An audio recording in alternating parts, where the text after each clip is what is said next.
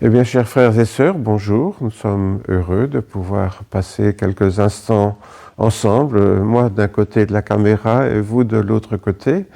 Mais cela nous permet quand même d'avoir des moments de communion fraternelle les uns avec les autres. Voilà, j'espère que vous allez bien, que jusqu'à présent, le Seigneur vous a gardé de la contamination, grâce aussi à vos efforts, au respect des règles de distanciation, du masque, etc.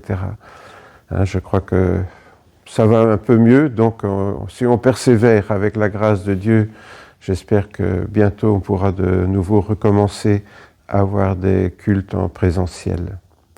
Eh bien voilà, ce matin, j'avais à cœur de partager avec vous une histoire qui remonte tout au début de la Bible, au début de la Genèse, puisqu'il s'agit de l'histoire de Caïn et Abel. Alors, je ne vais pas vous parler de Caïn qui a tué son frère Abel, mais je voudrais plutôt vous parler de leur rapport, des rapports qu'ils avaient les uns et les autres avec le Seigneur Dieu. Nous voulons lire donc dans le chapitre 4 de la Genèse les 7 premiers versets. L'homme connut Ève, sa femme. Elle devint enceinte et accoucha de Caïn.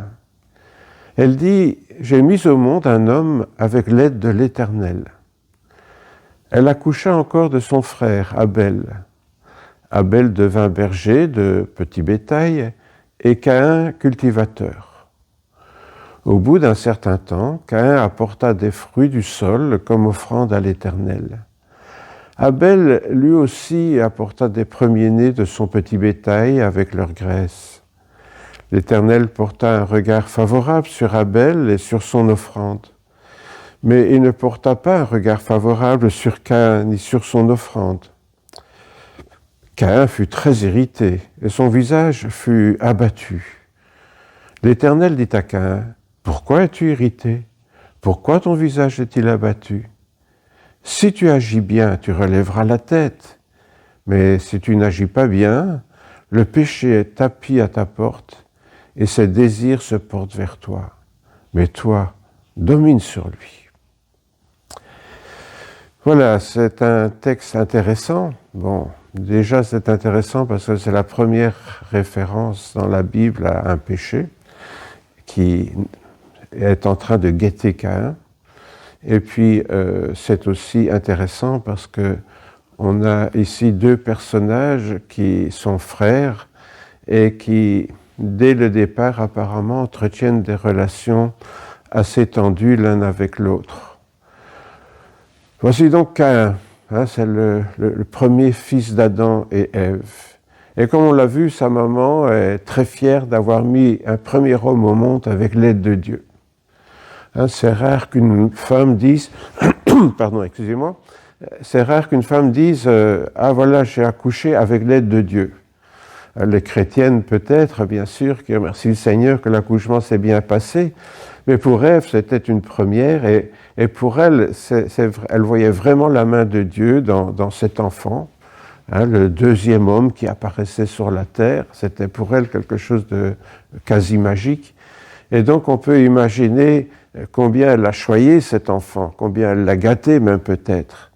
Et il était au centre de l'attention de ses parents. Imaginez-vous le premier homme qui est né d'une femme sur la terre, il devait concentrer, pardon, excusez-moi, j'ai un chat. Il devait concentrer toute l'attention de ses parents et il était vraiment comme un petit roi là entre ses deux parents. Et puis voilà qu'un petit frère arrive, Abel, un intrus, parce que jusqu'à présent, Caïn se sentait vraiment l'objet de toute l'attention de ses parents. Et puis voilà que maintenant tous les regards se portent sur ce petit frère, sur ce petit bébé, et Caïn se sent un peu abandonné. Il pense que ses parents ne l'aiment plus puisqu'ils ont l'air de reporter toute leur affection sur le petit dernier. Alors, qu'est-ce qui se passe, comme dans beaucoup de familles quand ça arrive? Eh bien, Caïn est jaloux. Il est vraiment très jaloux de son frère. Parce que ce petit qui est né, là, lui vole la vedette Avant, c'était lui qui était au centre de l'attention de tout le monde. Maintenant, c'est plus lui, c'est le petit. Et donc, Caïn est profondément jaloux de cet enfant qui vient de naître. Et puis, les parents disent, Caïn, ne crie pas, tu vas réveiller ton petit frère. Hein? Ah ben voilà, maintenant, il pleure à cause de toi. T'es pas gentil, Caïn. Connaissez ces scènes familiales, on peut imaginer que ça se passait de la même chose avec nos premiers parents. Où on disait, Caïn, arrête de faire l'intéressant, tu te rends ridicule. Regarde, tout le monde se moque de toi. Toutes ces réflexions qu'un aîné a déjà connues quand il a un petit frère ou une petite sœur. Si bien que Caïn commence vraiment à détester ce petit frère qui a volé sa place dans le cœur de ses parents. Alors, comme ça arrive souvent aussi, il fait des grimaces à Abel pour le faire pleurer, pour lui faire peur. Hein. Il lui prend ses jouets, il les cache, ou bien alors il les casse. Ou bien alors il vient pincer son petit frère en cachette pour le faire pleurer. Toutes ces situations qui, vous et moi, qui sommes parents, avons peut-être connues lorsque un de nos enfants est jaloux d'un autre de ses frères ou de ses sœurs. En grandissant, bien sûr, les choses ne s'arrangent pas beaucoup entre les deux frères. Et pourtant, leurs parents leur parlent de Dieu, hein, et ils leur racontent leur histoire. Ils les encouragent aussi à se pardonner l'un à l'autre. On peut imaginer tout ça de parents croyants. Mais Caïn a la rancune tenace. Hein. Il est vraiment toujours très jaloux de son frère Abel. Pourtant, Abel n'est pas rancunier et lui pardonne quand il casse ses jouets ou quand il lui fait des misères. Abel a un tempérament plus doux, mais Caïn reste très agressif. On peut imaginer encore une fois les parents qui disent à Caïn, prends exemple sur ton petit frère Caïn, regarde comme il est gentil avec toi. Hein, il vient te faire des bisous. Et on peut imaginer Caïn qui se... j'en ai pas besoin de ces bisous. Mais la gentillesse d'Abel, finalement, ne fait qu'exciter la méchanceté de Caïn qui devient encore plus jaloux. Alors, bien sûr, tout ça n'est pas dans la Bible, mais je crois que si nous avons eu des enfants, on peut très bien imaginer comment les choses se sont passées. Bien sûr, en devenant des hommes, on pourrait imaginer que les choses vont passer, qu'ils vont devenir raisonnables, enfin surtout Caïn. On pourrait penser que les choses vont aller mieux entre eux. Et d'une certaine façon, oui, parce que maintenant, ils sont chacun de leur côté. Caïn cultive son blé, ses légumes, hein, il est cultivateur, ses fruits, tandis qu'Abel, lui, s'occupe des moutons, des chèvres. Et c'est vrai qu'ils ne se parlent plus beaucoup, tout simplement parce qu'ils n'ont plus vraiment beaucoup l'occasion de le faire. Caïn travaille dur et n'a pas beaucoup de temps pour se reposer. Hein, être cultivateur, on le sait, ça prend beaucoup de temps.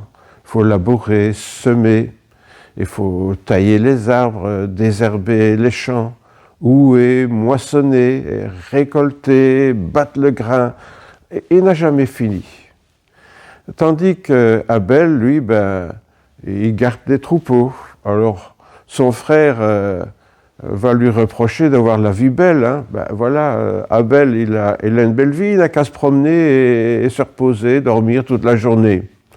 Hein, qu'est-ce qu'un berger il a à faire sinon de se balader dans la nature avec ses troupeaux? Et donc, il y a la jalousie, finalement, ça ne s'arrange pas, parce que dans le fond, Caïn est toujours jaloux de son frère. Bien sûr, ce n'est pas vrai. On sait qu'un berger n'a pas la vie si facile que ça. Il doit se battre contre les loups, peut-être même les ours à l'époque, qui cherchent à lui voler son bétail. De plus, un berger passe souvent des nuits en veille parce que les brebis mettent bas et il faut les aider à mettre leurs petits au monde, les petits agneaux. Donc, toute cette jalousie de Caïn sur Abel n'est pas justifiée, mais elle est le prolongement d'une rancune de la petite enfance. Ce qui est vrai, c'est qu'Abel, bien sûr, a peut-être plus de temps pour réfléchir. Hein, en gardant ses moutons, il peut regarder la création de Dieu, il apprend à vraiment découvrir et à admirer cette création et en même temps d'admirer le Créateur. Hein, il pense à Dieu, peut-être qu'il le prie plus souvent que Caïn. On peut même imaginer que comme berger, peut-être qu'il joue de la flûte ou qu'il invente des petits chants pour honorer Dieu. Enfin, on peut imaginer tout ça et on voit que leur vie d'adulte, finalement, l'un centré sur son travail et l'autre peut-être a davantage l'occasion d'élever ses pensées vers Dieu. Alors, bien sûr, Caïn aussi croit en Dieu. Hein, on a vu que les parents les ont éduqués dans la foi en Dieu. On ne peut pas encore parler de foi chrétienne, bien sûr, mais à l'époque, il croyait en Dieu. Mais il ne lui parle pas souvent. Hein. Et puis pour lui, Dieu, c'est celui qui fait la pluie, le beau temps. On a donc besoin de Dieu pour les cultures. Pour lui, Dieu, c'est surtout celui dont il a besoin pour que ses récoltes soient bonnes et que tout marche bien dans ses champs. Alors, de temps en temps, Caïn offre un peu de ses récoltes pour être bien vu de Dieu, pour se concilier ses faveurs. Vous savez, quand on est cultivateur, on a tout avantage à être bien avec le ciel pour éviter les tempêtes, avoir la pluie au bon moment, avoir le soleil au bon moment. Et finalement, on peut imaginer que la piété de Caïn était plutôt une sorte de placement que vraiment de l'amour pour Dieu. Et il voyait surtout un investissement à mettre en Dieu pour que tout aille bien pour ses champs, pour son travail, ses cultures. Comme beaucoup de gens disent, il vaut mieux mettre Dieu de son côté que de l'avoir à dos. Hein. Abel, lui aussi, fait des offrandes à Dieu de temps en temps, un agneau de son troupeau. Mais en fait, pour lui, il n'a pas grand-chose à demander à Dieu. Pour lui, quand il offre un agneau à Dieu, c'est plutôt pour le remercier. Comme je l'ai dit, on peut imaginer qu'Abel avait une autre relation avec Dieu que Caïn, et que pour lui, il y avait une sorte d'admiration pour Dieu, d'admiration pour le Créateur, pour la création. Dans le cœur d'Abel, il y avait de la reconnaissance pour tout ce que Dieu faisait dans le monde autour de lui, mais aussi pour lui, pour la merveille de voir ces petits agneaux qui naissaient. Et pour lui, c'était aussi une façon d'honorer et d'adorer Dieu. Et si bien que quand il offrait un agneau à Dieu, c'était pas vraiment pour demander quelque chose à Dieu, mais plutôt pour dire merci à Dieu, pour exprimer sa reconnaissance. Hein, ce qu'on appelle une action de grâce dans la Bible.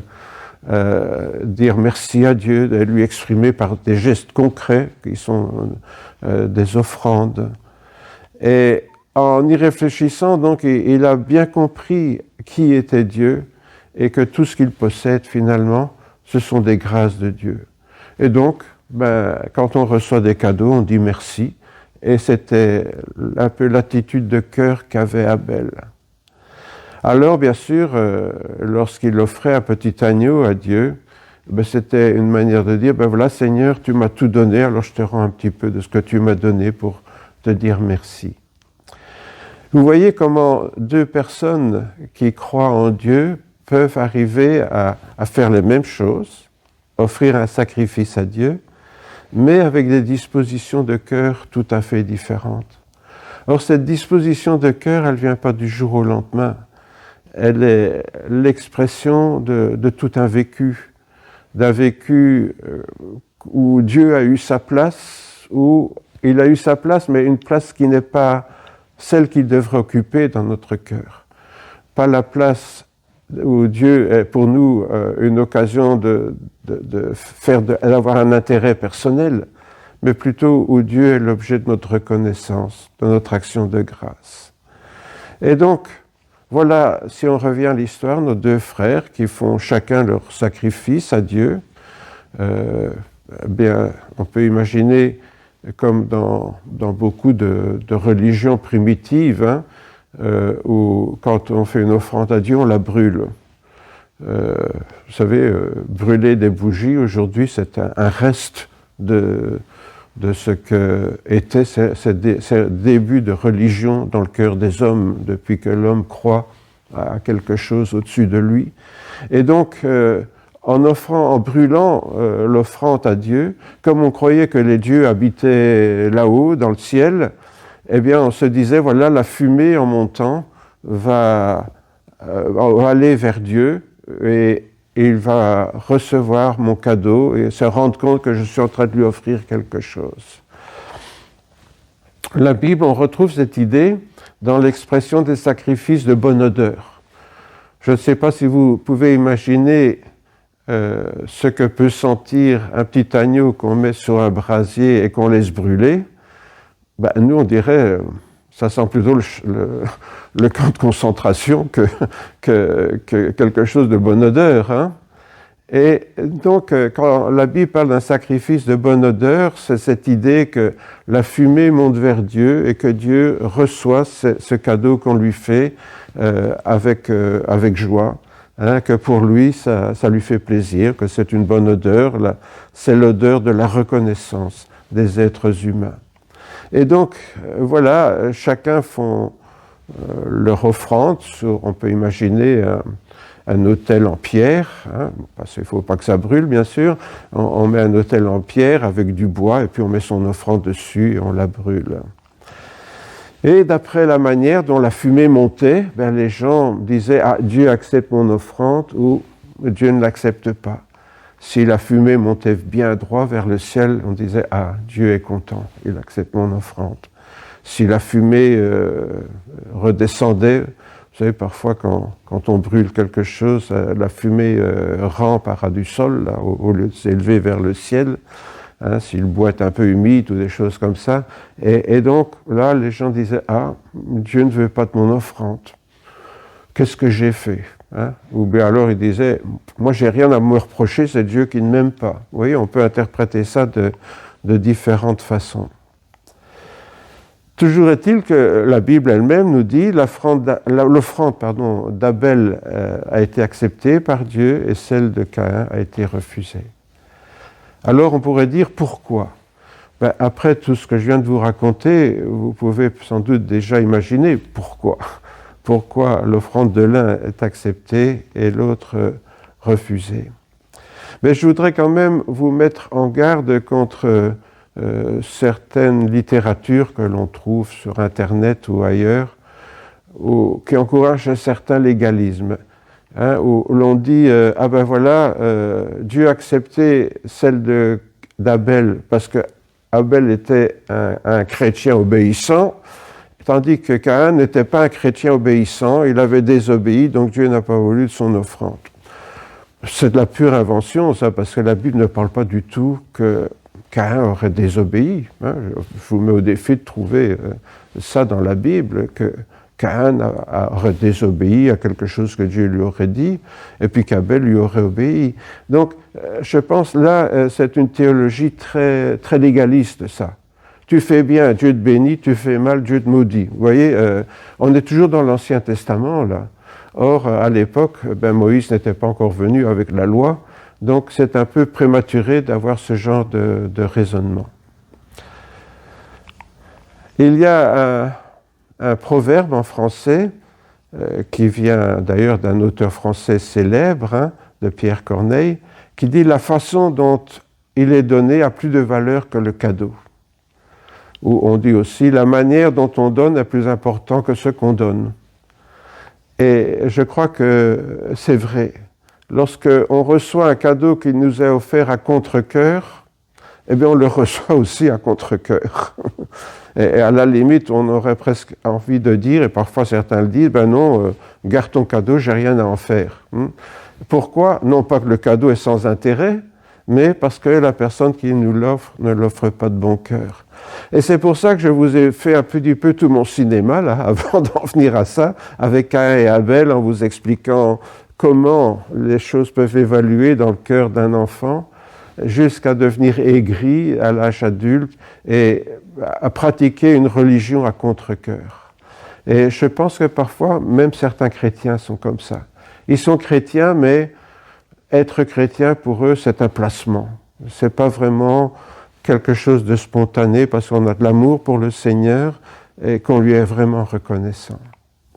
Et donc, gardons-nous de tout légalisme et je crois que le danger donc de ce genre de raisonnement que l'on trouve sur...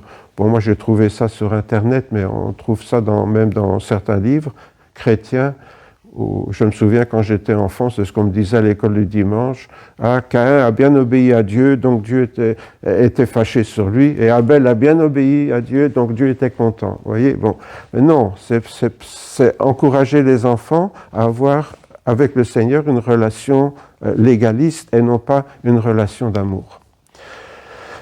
Alors, c'est pour cela que je me suis permis de vous suggérer un petit peu une autre explication qui est aussi défendue, pas par moi seulement, mais par beaucoup de croyants, où c'est une approche, disons, un peu différente de ce légalisme qui nous est proposé.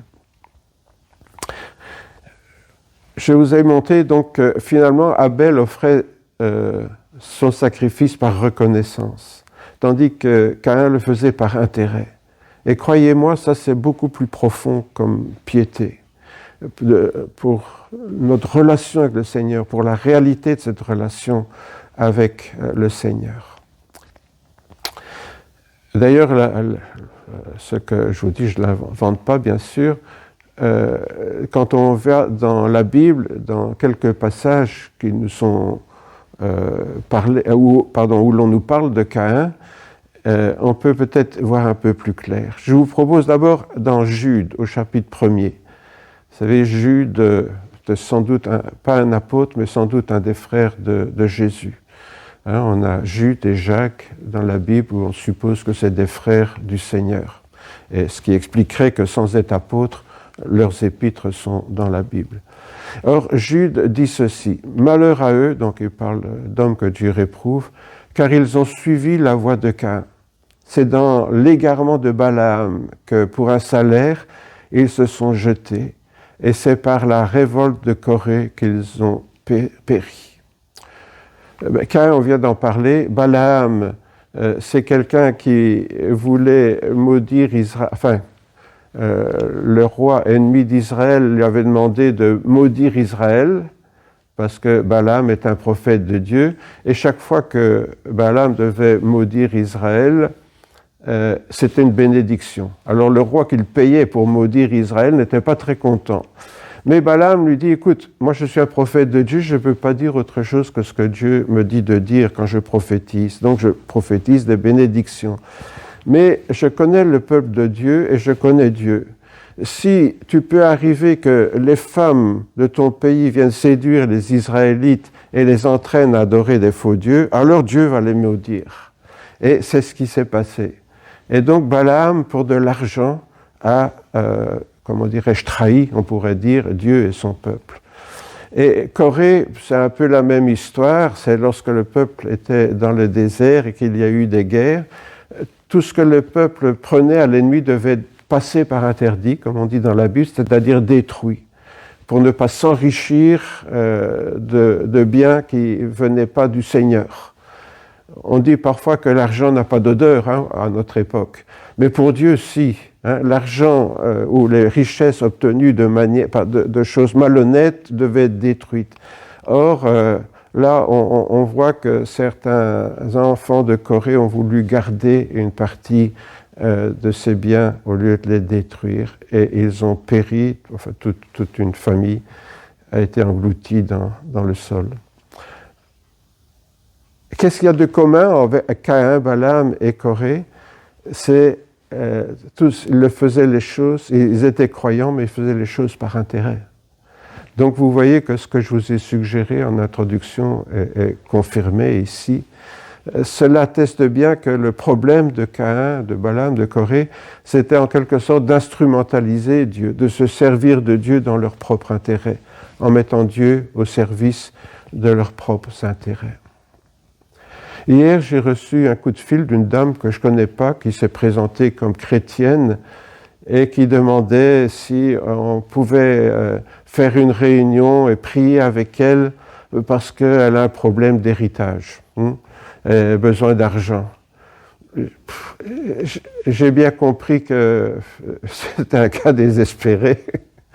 J'aurais pu lui dire, vous savez, Jésus, dans un cas comme ça, il a dit, est-ce que Dieu m'a établi pour être arbitre entre vous avec les questions d'héritage, hein? Jésus n'a pas voulu s'occuper de ce genre de choses et je n'ai aucune raison de le faire.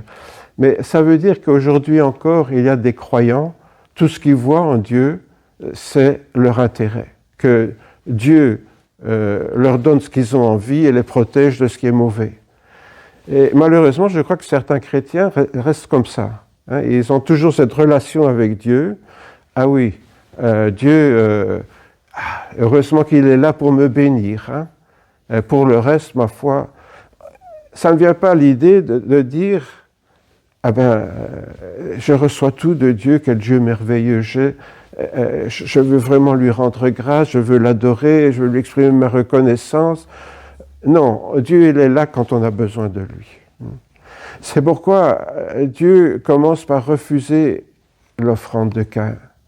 Mais vous remarquerez dans le récit que Dieu ne s'arrête pas là. Bon, Caïn est fâché. Hein, pourquoi Dieu n'a pas voulu mon offrande? Comme certains croyants disent, hein, pourquoi Dieu permet ça dans ma vie? Il y a des problèmes. Regarde le voisin, il croit en rien, et puis tout va bien pour lui. Moi, je suis chrétien, il n'y a rien qui marche, et on est en colère. Hein? Et Dieu ne s'arrête pas là, et lui parle, il lui dit, pourquoi est-ce que tu es fâché? Autrement dit, réfléchis un petit peu, qu'est-ce qui s'est passé? Où est le problème? Et il lui dit, écoute, le péché est là tout près de toi. Hein, tu es prêt là vraiment. Non seulement tu n'as pas de reconnaissance, hein, mais en plus le péché est là et va peut-être te conduire à faire des choses très très mauvaises et dangereuses pour toi. Mais on voit que Caïn endurcit son cœur, et puis bon, vous connaissez la suite, bien sûr, je ne vais pas la raconter, comment il a entraîné son frère dans un champ pour le tuer, parce que pour lui, il ne supportait pas que quelqu'un soit fidèle quand lui ne l'est pas. Hein, rappelez ce que Dieu dit, si tu agis bien, tu relèveras ta tête, mais si tu n'agis pas bien, le péché est tapi à ta porte et ses désirs se portent vers toi, mais toi, domine sur lui. Quand un chrétien est fâché contre Dieu, il n'est pas loin de commettre l'irréparable. Aussi, Dieu le met en garde et il dit, voilà, le péché, il est là, tapi à ta porte. Ça fait songer un petit peu à ces léopards là, qui sont sur une branche d'arbre et qui attendent qu'une proie passe pour leur sauter dessus. Là, c'est ça. Dieu a l'air de parler du péché comme d'un fauve qui guette sa proie et qui est prêt à lui sauter dessus. Et croyez-moi, le diable est patient. J'avais un petit chat qui chassait les taupes, eh bien, il pouvait rester toute la journée assis à côté du trou de taupe jusqu'au moment où ça allait bouger un petit peu, et puis hop, il chopait la taupe. Hein. Eh bien, le diable, il est comme ça. Hein. Il peut faire preuve de beaucoup de patience pour pénétrer dans notre cœur, et comme Caïn, il ne nous pousse pas chacun et chacune d'entre nous, heureusement, à aller tuer son frère. Hein. On n'en est pas là, mais le péché n'est pas loin de se transformer en acte lorsque nous nous écartons de Dieu. Dans l'Épître aux Hébreux, l'auteur nous donne un autre éclairage, mais qui va toujours dans le même sens. Il dit, c'est par la foi qu'Abel a offert à Dieu un sacrifice de plus grande valeur que celui de Caïn. Et par elle, donc par la foi, il fut déclaré juste, Dieu lui-même rendant témoignage à ses offrandes. Et par elle, quoique mort, il parle encore. Abel, nous dit l'auteur, a toujours une leçon à nous donner encore aujourd'hui. Hein, ce qui s'est passé avec Abel devrait toujours nous parler encore aujourd'hui, et surtout sa foi, nous dit l'auteur ici. C'est cette foi d'Abel qui devrait nous servir de témoignage à notre époque. Alors revenons à Abel. Que fait Abel? Je l'ai expliqué tout à l'heure, Abel n'a pas envie de demander à Dieu de bénir ses troupeaux en vue d'une plus grande prospérité. Il est content avec ce que Dieu lui donne. Et il remercie Dieu pour ce que Dieu lui donne. Donc Abel fait confiance à Dieu. Et il n'a pas besoin de demander à Dieu. Vous savez, qu'est-ce que Jésus a dit? Et il a dit que lorsque nous prions, le Seigneur sait de quoi nous avons besoin avant qu'on lui demande. Dieu est comme un Père aimant et il connaît nos besoins. Il n'a pas forcément envie de donner toutes nos envies, mais nos besoins, il les connaît et il nous les donne. Et Abel fonctionnait comme ça. Abel avait cette pensée dans son cœur, si ça va bien, si ça va pas, c'est ce que Dieu me donne, je prends tout comme venant de la main de Dieu avec reconnaissance. Et il avait vraiment ce sentiment de satisfaction dans le cœur, et pas un sentiment de revendication. Et parce qu'il n'était pas un croyant revendicateur comme son frère, et il avait des sentiments apaisés envers Dieu et pleins de reconnaissance. Il avait une confiance totale en Dieu. Et cette confiance qu'il avait en Dieu, c'est-à-dire sa foi, puisque la foi c'est la confiance et la confiance c'est la foi, et cette confiance qu'il avait en Dieu, elle a fait plaisir à Dieu. Il a dit c'est formidable, cet Abel, il m'aime, il me fait confiance. Et Dieu prenait plaisir à accueillir l'expression de la reconnaissance d'Abel dans son sacrifice. C'est donc à cause de sa foi qu'il fut déclaré juste, non pas à cause de la valeur de son offrande, c'est parce qu'il a donné à Dieu qui fait que Dieu a vu sa foi ou l'a déclaré juste. C'est ce qu'il avait dans le cœur quand il a offert son sacrifice à Dieu. C'est la manière, ses émotions, ses sentiments quand il a offert son sacrifice à Dieu. C'est ça que Dieu a vu, parce que ça, c'était l'expression de quelqu'un qui lui fait totalement confiance. Cet esprit dans lequel nous sommes appelés à servir Dieu, c'est quelque chose qui revient dans la parole de Dieu sous différentes formes. Rappelez-vous une parole que tout le monde connaît, mais on n'en mesure pas toujours les implications. Quand la Bible dit « l'esprit vivifie, mais c'est la lettre qui tue », c'est ça. D'un côté, il y a le légalisme, faire des choses pour Dieu par intérêt, parce qu'on sait que si on fait bien, on est béni, si on fait mal, on est maudit, vous voyez, mais ça ne marche pas comme ça, mais on croit que ça marche comme ça. Et à côté de ça, l'esprit, c'est faire les choses par amour et par reconnaissance.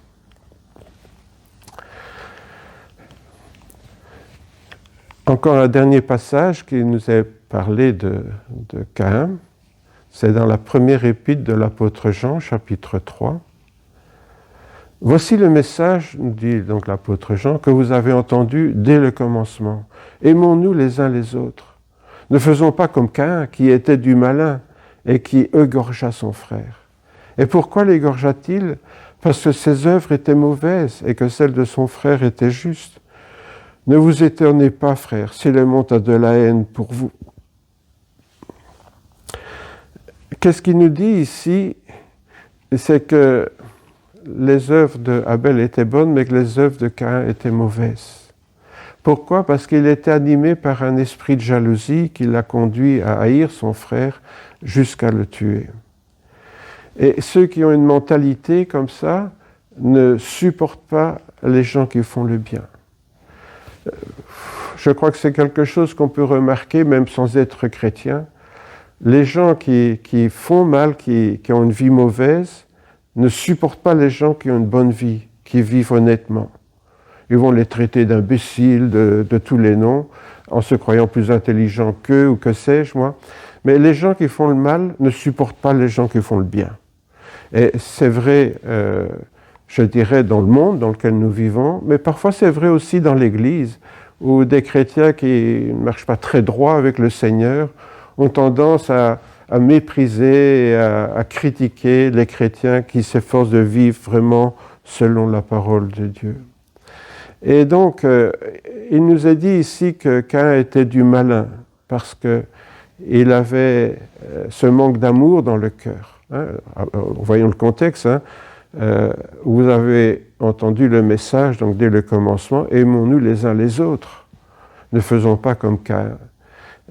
Caïn était du malin parce qu'il n'avait pas cet amour dans le cœur. Et on est de Dieu si on a cet amour dans le cœur. Donc vous voyez, ce n'est même pas une question d'obéir au commandement ou de ne pas obéir au commandement, c'est toujours la question de nos sentiments, de la manière dont on fait les choses qui compte. On peut faire les choses par amour, par reconnaissance, ou bien on peut faire les choses avec un esprit calculateur, par intérêt. Contrairement donc à ce que certaines personnes affirment, la jalousie, comme Caïn avait dans le cœur, n'est jamais une preuve d'amour. La jalousie, c'est souvent l'expression d'un besoin de posséder l'autre pour soi seul. On veut s'approprier l'autre, on veut instrumentaliser l'autre pour satisfaire notre égocentrisme. Et donc, la jalousie n'a rien à voir avec l'amour dont l'apôtre Jean parle ici, où l'amour chrétien est un amour où l'on veut le bien de l'autre et pas seulement le sien, où on recherche le bien de l'autre. Tandis que la jalousie, elle est tout à fait centrée sur soi. Je te veux pour moi tout seul et il n'est pas question que les autres puissent jouir de toi. C'est un sentiment qui n'est pas seulement entre fiancés ou entre mari et femme, ça. La méfiance du mari qui croit que sa femme le trompe. Non, ça c'est de la jalousie, d'accord, mais la jalousie, elle se niche dans beaucoup d'autres choses. J'ai remarqué, par exemple, parce que en tant que pasteur, Françoise et moi, on essaye d'être amis avec tout le monde, eh bien que certains chrétiens étaient jaloux parce qu'ils auraient voulu qu'il n'y a que chez eux qu'on aille manger, ou qu'eux seuls aient le droit de venir chez nous. Et s'ils apprenaient qu'on avait été manger chez quelqu'un d'autre, je voyais, ils étaient jaloux. Et oui, pourquoi tu vas chez ces gens-là? Vous voyez? Et donc la jalousie, elle peut se situer au niveau de l'amitié aussi, où on veut des amis pour soi tout seul. On ne veut pas que nos amis soient aussi amis avec d'autres. Et cette exclusivité, souvent, elle est dans le cœur de l'homme et elle peut se manifester même entre chrétiens. Et c'était le problème de Caïn. Il voulait profiter de ses parents pour lui tout seul, et il aurait voulu que Dieu ne s'occupe que de lui. Et c'est parfois l'expression de certains chrétiens qui parlent de Dieu comme si c'était leur Dieu à eux tout seuls. Tu es mon Dieu, tu es voilà, mon seul ami, c'est toi. Et, oui, c'est moi que tu dois t'occuper, les autres, c'est pas important, mais c'est moi que tu dois t'occuper. Et donc il voudrait avoir l'exclusivité dans l'amour de Dieu, comme avait Dieu dans le cœur de Caïn.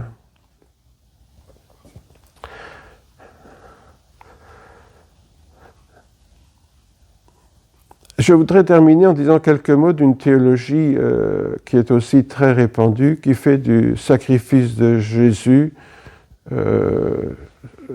qui fait d'Abel, la figure ou le symbole du sacrifice de Jésus. C'est de deux façons. Soit l'agneau que Abel a offert serait l'image de Jésus, soit la mort d'Abel serait l'image de Jésus.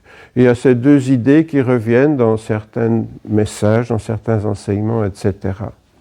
Alors c'est partiellement vrai, partiellement faux. En ce qui concerne les agneaux que Abel offert, notez bien que la Bible parle de les premiers-nés du troupeau, donc c'est pas seulement un agneau qu'Abel a offert un jour, c'était une habitude qu'il avait. Donc ces agneaux que Abel offrait, la Bible ne dit rien et ne fait aucun rapport entre les sacrifices d'Abel et le sacrifice de Jésus. Il n'y a rien dans la Bible qui permet de faire ce rapport. Alors je pense qu'il faut toujours être prudent de faire des rapprochements que la Bible ne fait pas dans notre théologie. Par contre, nous avons vu que le sang d'Abel est quelque part une image du sang versé par Jésus parce qu'il est supérieur à celui de Caïn. Autrement dit, on a beaucoup dans la Bible l'idée que le sacrifice de Jésus est supérieur au sacrifice de l'Ancien Testament. Ça c'est vrai, c'est une idée qui revient souvent dans la Bible. Par exemple, dans l'Épître aux Hébreux, chapitre 12, Vous vous êtes rapprochés de Jésus, médiateur d'une nouvelle alliance, et du sang de l'aspersion qui parle mieux que celui d'Abel. Donc là, on a une attestation que le sang de Jésus et le sang d'Abel sont mis en parallèle, mais pour montrer la supériorité du sang de Jésus sur celui d'Abel. Pour bien comprendre pourquoi est-ce que l'auteur de l'Hébreu dit ça, que le sang de l'aspersion, donc de Jésus, est supérieur, ou il parle mieux que celui d'Abel. Pour comprendre, il faut remonter à la Genèse. Un texte que je n'ai pas continué à lire dans le chapitre 4, toujours la Genèse, les versets 10 et 11. Alors Dieu dit à Caïn, qu'as-tu fait? La voix du sang de ton frère crie du sol jusqu'à moi.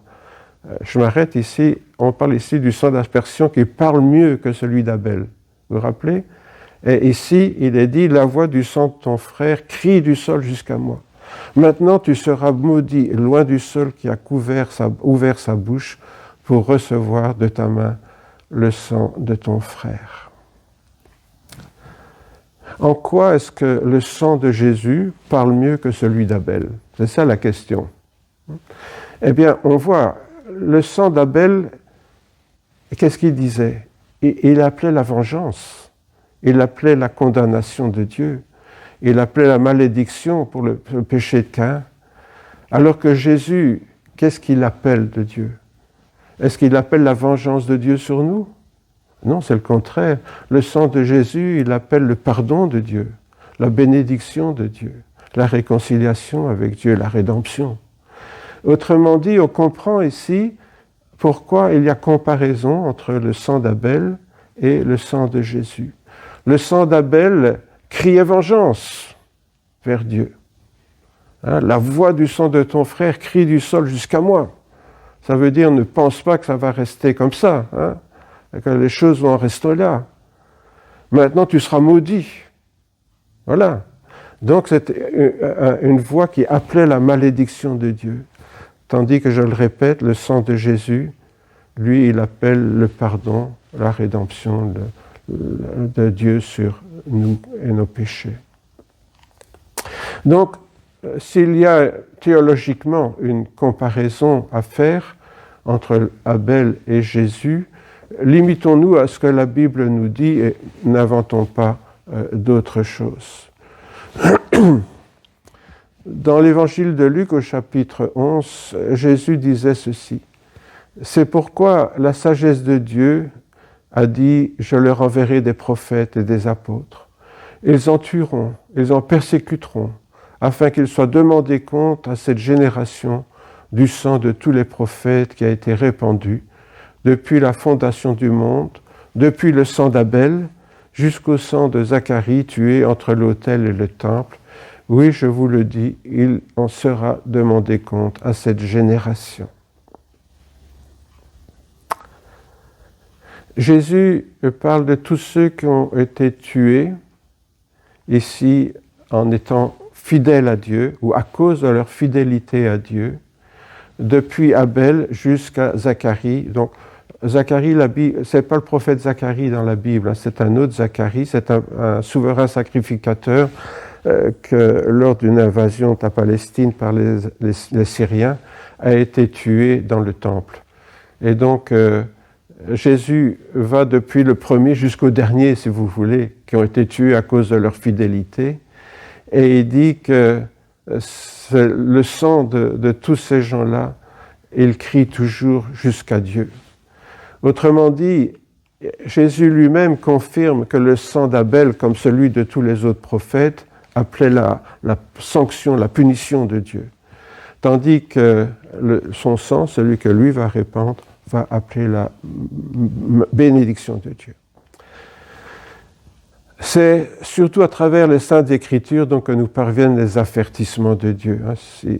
Il est dit ici que je leur enverrai des prophètes et des apôtres pour les avertir, comme Dieu a averti Caïn.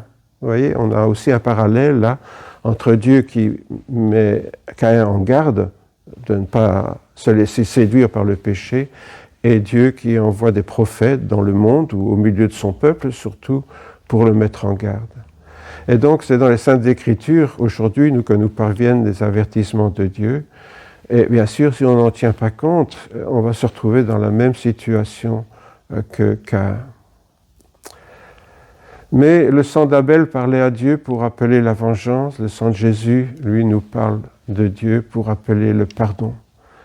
Et combien il parlait mieux, le sang de Jésus. Mais mieux vaut prévenir que guérir. Aussi, je voudrais terminer par une petite réflexion en remontant à la racine du problème. Parce qu'il y a l'attitude qu'on doit adopter aujourd'hui, mais pour la comprendre, il faut peut-être remonter, comme je l'ai fait pour Caïn, à la racine du problème de chacune d'entre nous quand on s'approche de Dieu. Autrement dit, quand je m'approche de Dieu dans la prière ou quand je médite sa parole, qu'est-ce que je cherche vraiment ? Comme Caïn, qu'est-ce qu'il cherchait auprès de Dieu ? Abel, qu'est-ce qu'il cherchait auprès de Dieu ? Qu'est-ce que nous faisons quand nous nous approchons de Dieu ? Est-ce que je cherche à me servir de Dieu pour obtenir ce que je veux ? Alors je suis comme Caïn. Ou je viens vers Dieu pour lui dire ma confiance, quelles que soient les circonstances, pour lui dire Seigneur, aujourd'hui on connaît des situations difficiles à cause du Covid, des problèmes de santé, des pertes d'argent, des pertes d'emploi.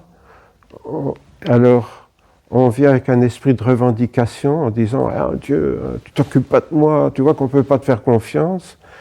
Ou bien est-ce qu'on a le même esprit qu'Abel en disant « Seigneur, quelles que soient les circonstances, je sais que tu es mon Père et je te fais confiance ». C'est deux attitudes de cœur qui sont différentes. Si bien que si je vous ai raconté cette petite histoire ce matin, c'est pour arriver à ces deux questions que je m'adresse à moi-même. Est-ce que je suis plutôt un Caïn ou est-ce que je suis plutôt un Abel ?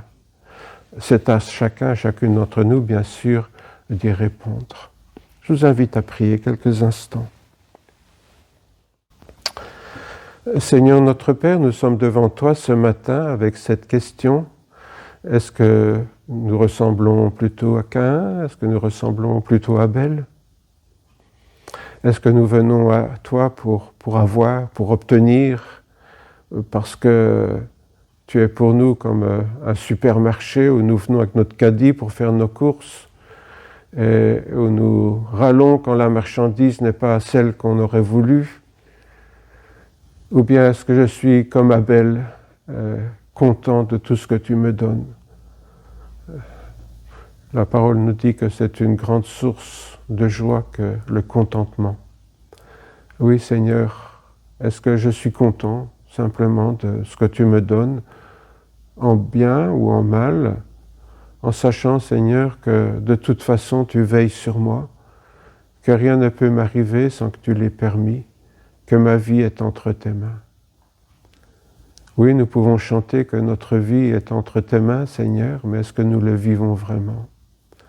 Seigneur, te remercions pour l'exemple d'Abel. Et pourtant, Seigneur, son sang criait vengeance, alors que le tien, Seigneur, crie pardon. C'est pourquoi, Seigneur, nous voulons nous placer devant toi pour, oui, demander simplement une chose, c'est ton pardon. Ton pardon au nom du sang de Jésus. Nous placer au bénéfice du sang versé par Jésus, en sachant que ce sang n'appelle pas sur nous la malédiction, mais la bénédiction de Dieu, parce qu'en lui, nous avons le pardon. Chaque fois que nous avons agi comme Caïn et que nous venons vers toi dans un esprit de repentance, ce n'est pas le sang d'Abel qui crie, c'est le sang de Jésus qui monte vers le Père pour implorer notre pardon. Et combien de fois, Seigneur, avons-nous eu besoin de revenir à toi pour recevoir ce pardon ? C'est pourquoi, Seigneur, te remercions ce matin de ce que tu voudras nous l'accorder. Merci, Seigneur, de pouvoir savoir que nos vies sont entre tes mains et de pouvoir te faire confiance, une confiance absolue dans le nom précieux de Jésus. Amen.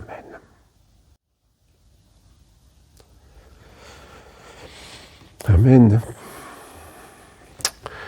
Eh bien, je voudrais terminer par quelques annonces, comme chaque dimanche. Pensons toujours, bien sûr, aux personnes seules, à Rachel, et ceux qui sont passés par le deuil ce dernier mois, cette année. On songe à Rachel, à Jean-Pierre, à sa famille. On songe aussi à Nicole.